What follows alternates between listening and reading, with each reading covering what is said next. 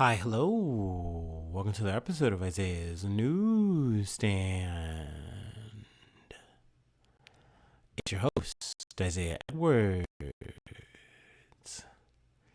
The date is July the 14th, 2025. Hopefully, this episode finds you well, in good spirits, and high hopes. As for me, I'm doing pretty good. Happy Monday. Happy Garfield Day to ya. Hopefully, you got a piece of that lasagna. Hell, hopefully, it was two pieces. As for me, I got my slice. We're doing pretty good. The day treated me all right. I would say the only big problem, put that in quotations, problem I had is my back has been hurting me. Again, my lower back. It's just a bit of an issue. It does make sense coming out of heavy lifting. You're gonna have a little bit of soreness or I don't know, whatever we're calling my back issue right now. I was trying to kind of treat it throughout the night, ice it down, things like that. Helped a bit, but just generally had a steady pain that followed me into Monday. So that was a bit annoying, but overall, work was good. No problems. It was just a steady day. After work, we went to the gym. Gym was cool. For a busy Monday, it wasn't too bad. I was able to get on all my machines, so that was good. And then after that, we got home. So yeah, overall, it's been a good, solid day. A bit of a food corner. Last night, I did make the usual chicken and rice, but I did it a little differently. Usually, I like to incorporate kimchi on the Sunday just to kind of do it up a little bit different. And when I was at the store, I peeped a thing that I had saw when I had a taco day in Northside with the homies, and they had made a bunch of tacos and stuff for me, or not just me specifically. Though the joke is Isaiah, you ate all the tacos that day, and I was like, yeah, I know, I'm sorry, but it was so good, and I don't know, y'all let me, you didn't stop me, but no, I had noticed that they had this thing, this jar, and it was called Cowboy Caviar. And it looked very yummy and very interesting. And at the time, I didn't try it, but I mentally noted it. So when I was at Kroger the other day, I was like, I'm going to try this out. So I don't know what the sauce base is, or I guess I should say salsa, because it pretty much is a salsa. But essentially, some of the little key components that I noticed and liked was it had some corn in it and it had beans in it. And I was like, okay, I don't know the lore behind Cowboy Caviar, but I'm interested. I'm buying this and I'm gonna try it out.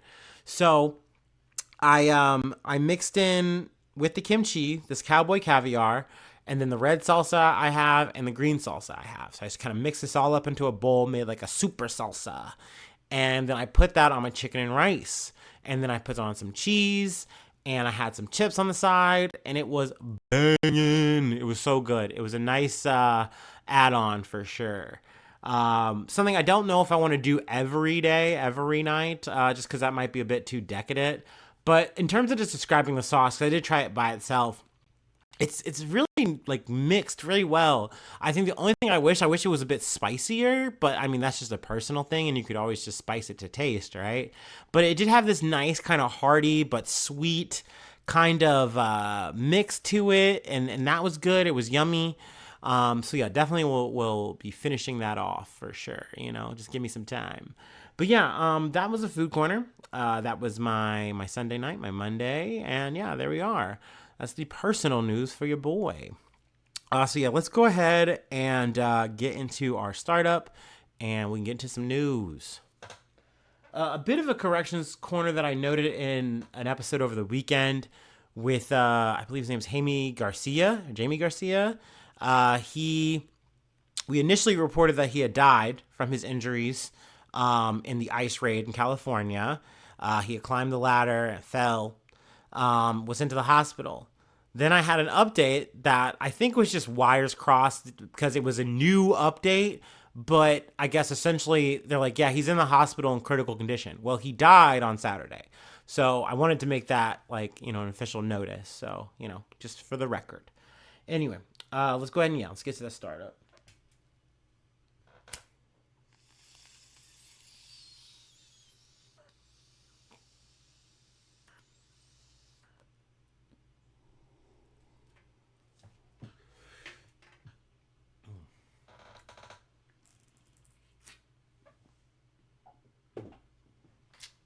And then also some stories that I don't think I'm getting to today, but I might come back around to if I hear any more. There's wildfires that hit the Grand Canyon, and I think it like burnt out this like historic lodge. And then also in Pennsylvania, there was a big flood, like evacuation situation. I haven't heard any details out of that. I haven't heard of any life lost, so that at least that part's good, at least as I know as of this recording. And then as well, just speaking of floods, there's more concern kind of going back to Texas about another flood watch just because, more rains and whatnot. So just a bit of side story stuff that I'm not covering in this episode, but, relevant all the same. But yeah, let's go to France. Let's pack our bags and go to France real quick. From the BBC, French prisoner escapes in fellow inmate's bag, officials say. A man has escaped a French prison by hiding in the bag of a fellow inmate who was leaving prison after serving their sentence, officials told local media. The prison service has launched an investigation after the man escaped from Lyon-Corbus prison in southeast France on Friday, according to broadcaster BFM-TV. He took advantage of the liberation of his fellow inmate to hide himself and his luggage and get out, the prison service said in a statement to AFP news agency. French media have reported that the escaped prisoner was serving several sentences and was under investigation in a case linked to organized crime. Now, I don't know about any of the complicity of the fellow inmate, if he knew about this, if he was okay with this. I kind of figure, though, you have to. Obviously, this is me and my speculation hat on. But, like, how would you be like, oh, you got to pick up this bag, and it's like, damn, this thing's heavy. Wow, well, anyway, let's just get out of here. Like, no, like, I feel like you have to, like, I don't know, be in on it, maybe, right? I don't know. Once again, that's speculation. We don't know. Also, I want to see the bag. Like, what bag do we have in prison that is human sized? Or is this guy, like, so small? Like, he's just the smallest guy and he can just fit in, I don't know. I definitely have questions and no answers for them. Also, there's being a little bit of finger pointing at the prison facility, because I believe he went a whole day without being noticed. Like, it was not noticed that he was gone until about 24 hours. And they blame that on overcrowding of the prison system, in France, whatever, in this specific prison, whatever. But, like, I mean, okay, cool, but, like, that's still very fucked up. That's still very bad. That's a fuck up on your guys' end, and you should own that, for sure. So, yeah, I mean, I'll keep you posted if I get any more details on this stowaway inmate, rollaway inmate, I guess, depending on the bag. I don't know. Anyway. All right. Our next story comes from ABC News. 9 dead, dozens hurt in fire at assisted living facility in Fall River, Massachusetts. Massachusetts. I'm sure I'm saying that in a way. Anyway. 9 people have been killed and dozens are hurt after a 5-alarm fire tore through an assisted living facility in Fall River, Massachusetts, officials said. Firefighters, police, and other responders descended on the scene of the Saturday night fire at the Gabriel House assisted living facility, where they found multiple people hanging out of the windows, screaming and begging to be rescued, Fall River Fire Chief Jeffrey Bacon said. The front of the building was covered in heavy smoke and flames, Bristol County District Attorney Thomas Quinn III said. This was not a situation where teams arrived and people were able to get out easily. All of these people needed assistance, Massachusetts Governor Maura Healey said. Many were in wheelchairs, many were immobile, many had oxygen tanks. There was a story of a guy. He said he woke up, to like responders or whatever, telling him, hey, you got to get up, you got to get out. He tries to get up and get out, and like he's just immediately hit with smoke. But he's like, hey, I had to get like my oxygen tank, my charger for the oxygen tank, and my wallet. And I was like, damn, like that was his like knee jerk impulse big 3. And I get it. You got to get the oxygen tank and the charger for the oxygen tank. Otherwise it's going to be useless. Right. And then some identification. That's like important papers that you can get in a knee jerk reaction. That's good. That's the best you can do. Let's see here. Let me scroll ahead. 30 people, including 5 firefighters, were taken to local hospital, Bacon said. 1 person is in critical condition. The 5 firefighters have already been released. Let me see what else did I want to pull here. Scrolling ahead a bit. Um, doo, doo, doo, doo, doo. 2 responders helped him down the stairs, he added. And this was actually the guy who had his oxygen tank and wallet. I tried to do my best not to fall.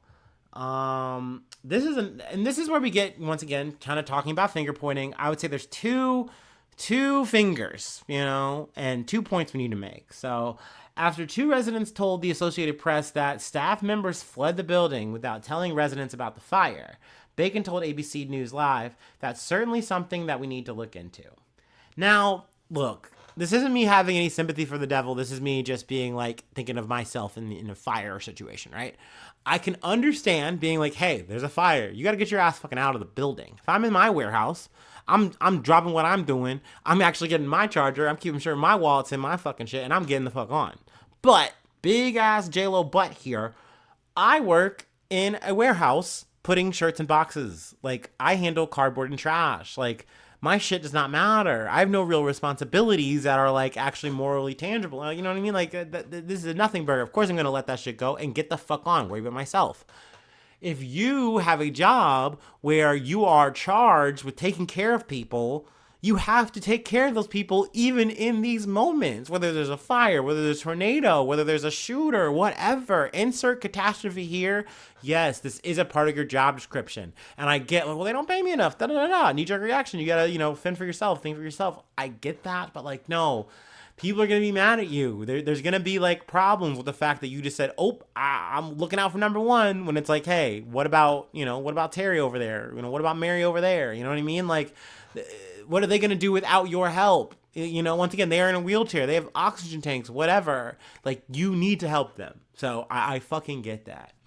And then moving on ahead, another thing that was noted, actually, I before we move on too far ahead, they do have the names. I do try to get names of people who lost their lives and things like that. I think it's important. The DA said the residents killed were 64-year-old Rui Albernaz, 61-year-old Ronald Codiga, 69-year-old Margaret Duddy, 78-year-old Robert King, 71-year-old Kim Mackin, 78-year-old Richard Rochon, 86-year-old Eleanor Willett. The names of the other 2 victims, a 70-year-old woman and a 77-year-old man, have not been released. But yeah, no, getting to the second finger point. Meanwhile, union leaders are calling out what they say is a long-standing failure to adequately staff the city's fire department. What happened last night was not only a tragedy for the city, or for the city of Fall River, it was a travesty, said Edward Kelly, general president of the International Association of Firefighters. Had the Fall River Fire Department been staffed to national standards, lives would have been saved. Kelly, speaking on behalf of the IAFF's members across the U.S. and Canada, said only 2 of the department's 10 fire companies are staffed with the national standard of 4 firefighters. He said the remaining 8 operate with just 3.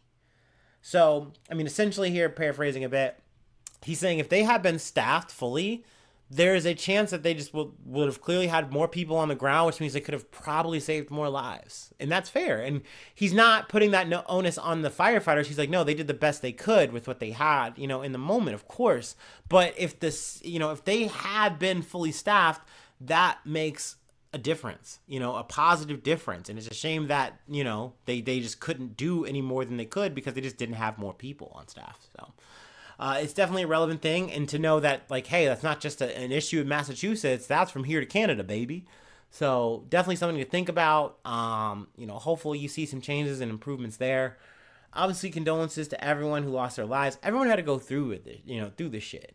I'm sure some people are, mad at the staff or whatever, but like for staff and residents, in total, like shit, a fire is scary fucking shit. It is traumatic ass fucking shit. So, condolences to everyone who had to go through that fucking stuff. Goddamn. Moving on though, we got to take it to SCOTUS, the Supreme Court. From USA Today. Supreme Court lets Trump fire hundreds of education department workers and dismantle the agency. This man is truly just getting what he wants now. I mean, we are just in the cycle where, the Supreme Court just, gets on their knees and say, what do you want, daddy? I got you. Just right here. No, I'm joking. I'm sorry. That was crass. I'm not going to say what Scalia says to good old Daddy Trump. No. Let's see. An ideologically divided Supreme Court on July 14th allowed the Trump administration to fire hundreds of workers from the Education Department and continue other efforts to dismantle the agency. The court's 3 liberal justices opposed the order, the latest win for President Donald Trump at the High Court. It's also worth noting that these fucking majority, like they're fucking cowards about this shit. Like, they wouldn't even issue a statement. They just chose to lean on the fact that they didn't have to. I know at least Justice Sonia Sotomayor, she gave her two cents. I agree with it. We're just not going to read it all, Obviously, she was in dissent. But yeah, the majority didn't have to explain themselves in the brief, and they didn't sign it. They're just like, nope, we're giving Trump what he wants here. I believe this is essentially going to allow Trump to dismantle the education department. I think, what was it, around May of 2022, a federal judge had put that on pause or, stopped him. But the Supreme Court's allowing him to go ahead with it. So I believe he is more or less going to half it. Like, it was going from over 4,000 workers in the department to now just over 2,000, like 2,100 something. So, I mean, naturally that is going to hinder them being able to work and help and provide for education. I guess this overall idea is like we are giving more power, more control, less direction, or whatever the fuck the right are calling it, from the state to, or from the federal, from the government to the state. Supervision, oppression, maybe they want to put that in quotations. I don't know. But essentially they just feel like it should be more of a hands-off thing. Also, there's talks too, this isn't related to the Supreme Court thing, but I guess they want to move, I guess, a lot of the ordinance and what's going on here from the Department of Education, I guess once you fully dismantle it or whatever, to Youth and Health and Human Services. So it would be under like RFK Jr.'s purview, which to me doesn't make sense. Like, to me, it would make sense to just have a Department of Education and have them do the regulations. But once again, if you just wanted to eliminate this whole fucking branch, then like, cool, turn it to vapor. Who gives a shit who you hand it off to? Whatever. It doesn't matter, I guess. I mean, it's a fucking shame, dude. This is the kind of shit where there's a certain part of it that goes over my head because I don't have any children, right? I'm on unk status. Like, I got some friends who got some babies, whatever. To me, in certain ways, in certain lights, it doesn't feel serious. But that's because I'm not going to feel the impact of this shit. But I would be dreading it so much, knowing that, like, we are just poking more and more holes into our education system with things like this. We're turning it into, like, bigger fucking, shitty piles of Swiss cheese. I do love a good Swiss, but not in this situation. You know what I mean? And then we're going to wonder why we're lagging and falling fucking behind the rest of the world in education when we have all of this fucking money and resources and we're supposed to be like so fucking excellent, but yet we just don't really want to put the resources into it as a country. At least that's what we're allowing Donald Trump to do here. Is essentially just say, hey, fuck it, let's just sign this shit away. Who gives a fuck about these kids? Fuck them kids, I guess. I don't know. So I think this is a bummer. I think this is a fucking misstep by the Supreme Court, but I'm not surprised to be here talking about it. So yeah, I don't really want to beat a dead horse, so to speak. Also, once again, crazy that Linda McMahon is the head of fucking education, dude. Education secretary, I should say. But she's fucking running the joint, dude. Also crazy that Trump gives her the job and then tells her, look, my dream, my fantasy is that I give you the reins just for you to put the reins down. You know what I mean? Just for you to fucking end this fucking department. Or at least make it as obsolete as fucking possible. Like a zombie ward. Yeah, we're really cutting into fucking government deficiencies here. We're really cutting it out. We're really streamlining the process. Huzzah. Anyway, we are moving on to our last story of the day. Of the night? I don't know. Depends on when you're listening. Let's go ahead and take our last break and we will close it out.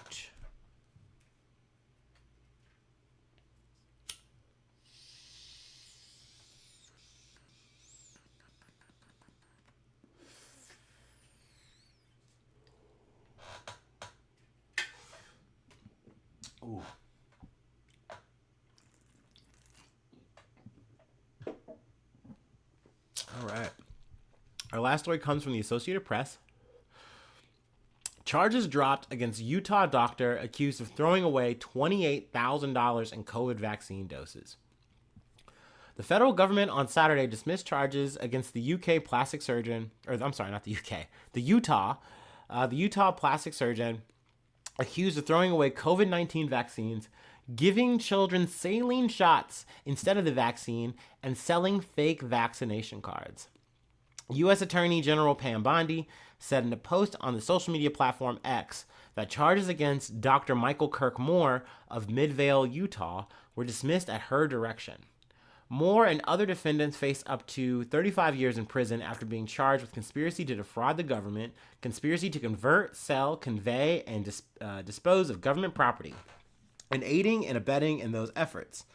The charges were brought when Joe Biden was president. Dr. Moore gave his patients a choice when the federal government refused to do so, Bondi wrote. He did not deserve the years in prison he was facing. It ends today. Now, that whole paragraph threw me for a loop because I had to take myself back to the time, right? Back in the time where we're all on lockdown or whatever, and, it's the damn pandemic, brother, and I don't want to take this fucking vaccine shot. I don't want it. I don't want the Moderna. I don't want the Moderna. I don't want the Pfizer. No 5G for me, brother. I would rather take ivermectin. Anyway, I got to get out, though. I got to get back to my job. I got to get back to work, and they won't let me get out of the house without a goddamn vaccination card. I can't solve the accent. I'm sorry.